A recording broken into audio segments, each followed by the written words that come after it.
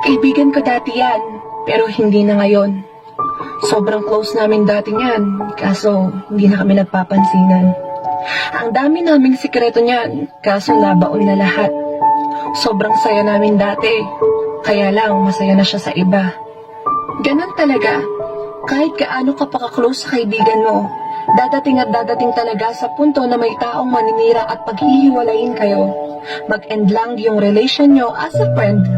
Mga taong insecure sa inyo kasi matatag yung pagkakaibigan nyo.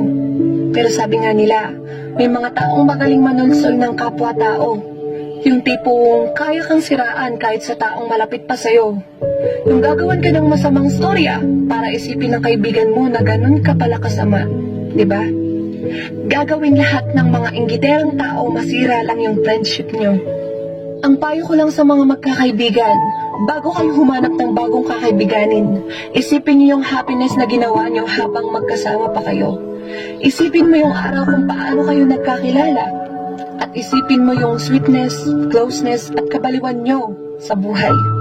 Kasi hindi lahat ng kaibigang makikilala may ugaling meron yung taong kinilala mo. Kaya habang strong pa yung friendship niyo, paniwalaan niyo kung ano yung totoo sa puso niyo. Huwag kayong makinig sa mga taong gusto kayong ibagsak. Mas kilala niyo yung isa't isa. Huwag niyong hahayaang malason sa pamamagitan ng paninira.